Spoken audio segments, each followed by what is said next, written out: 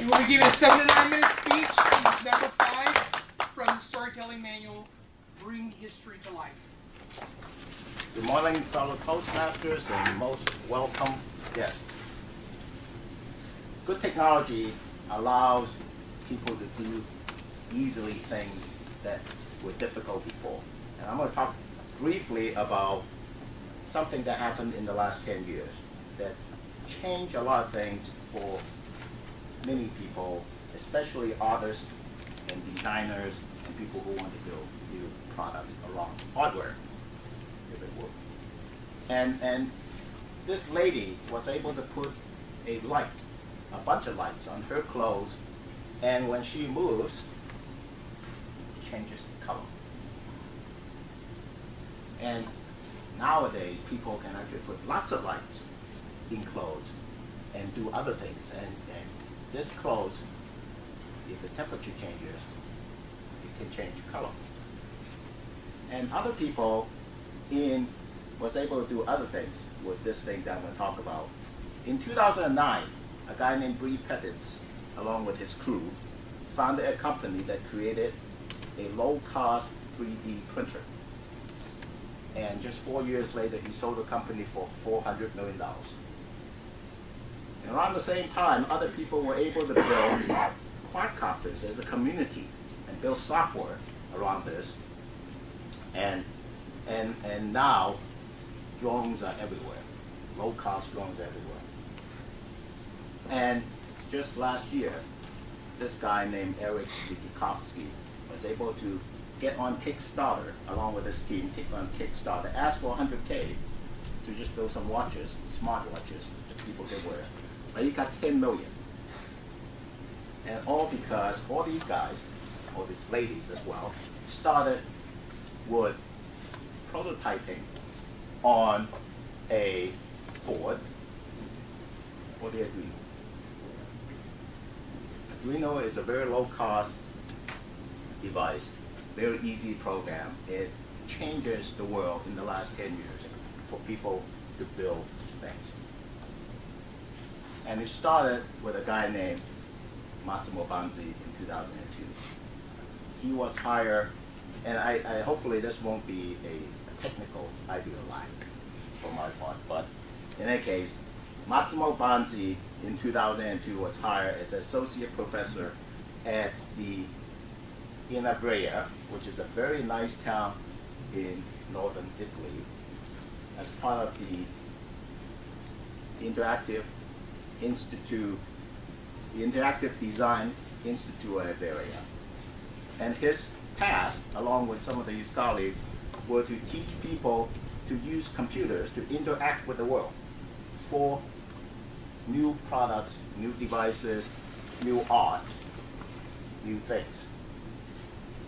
But at that time in 2002, it was really hard for people to just incorporate computers into clothing, into wearable devices, because in order to do it, you need to learn how to program. You need to learn something about electronics, and maybe a few years later, you can do this. He needed something that was simpler, cheaper, easier for artists and designers, and especially something that can work with Macintoshes, because designers need Macs. That's where they go. He and his team, just a few years later, along with some of his graduate students, created something called the Arduino. Just simply that.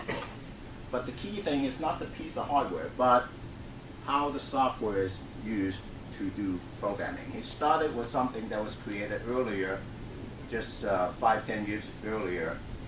There was something called processing, which is a programming language that allows people to easily, quickly do graphics, complicated graphics, with just a few lines of code. And you can learn that in a day to do that. And processing is open source. You can go online and do it. Using that, he added some hardware and make it something that's easy, simple to download, so you can actually build this software for this board. And this board can plug into the USB on Macintoshes as well as PCs. And it's very low cost. The goal was to get it done so whatever you pay for a pizza dinner, you can pay for this. And because he has all types of students, he needed something this low cost, and it is less than $30 nowadays. He also, because it was designed for designers and artists and other folks like that, he needed something that's a bit quirky. And so the board is painted blue. Most of the boards, electronic boards, they were built in early 2000s with green and other colors, and in fact fairly plain colors. You needed something special, blue. And there are also lots of pins available, so you can plug in lights and plug in sensors. And in the back right here, actually put a picture of Italy in the back of the board. He made it open source, put it in the Creative Commons, because that is where artists would put up their work, the musicians would put up their work for anyone to use, if you wanted to make it generally available and freely distributable. So he put this Arduino in the Creative Commons. The most interesting thing is he was trying to find a name for this. And they are, Massimo Banzi and his colleagues were working in a town called Ivrea.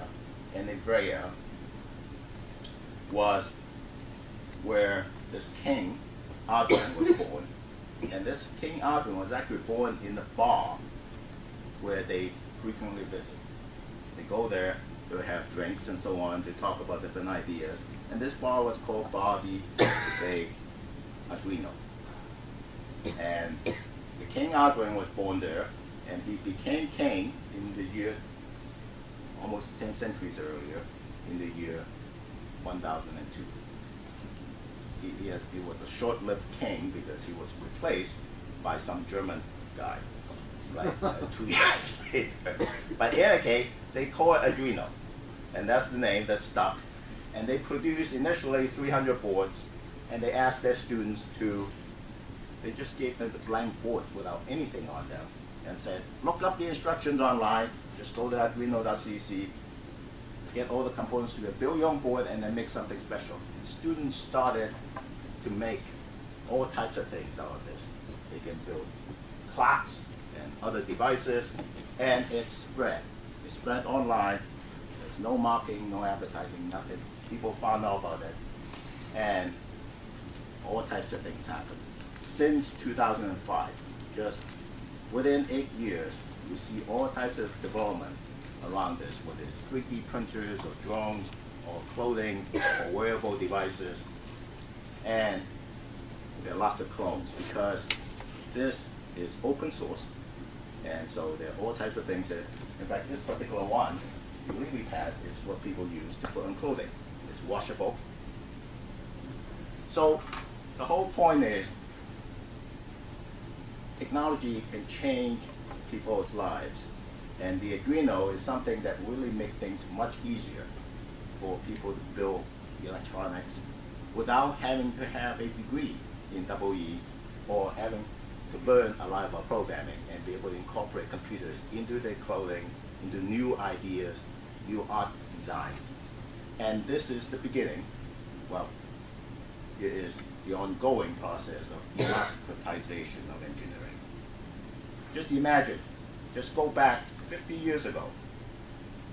For people to use to program the computer, you have to wear white coats and you have to know everything about vacuum tubes. Now you don't have to know anything. Mr. Toastmaster.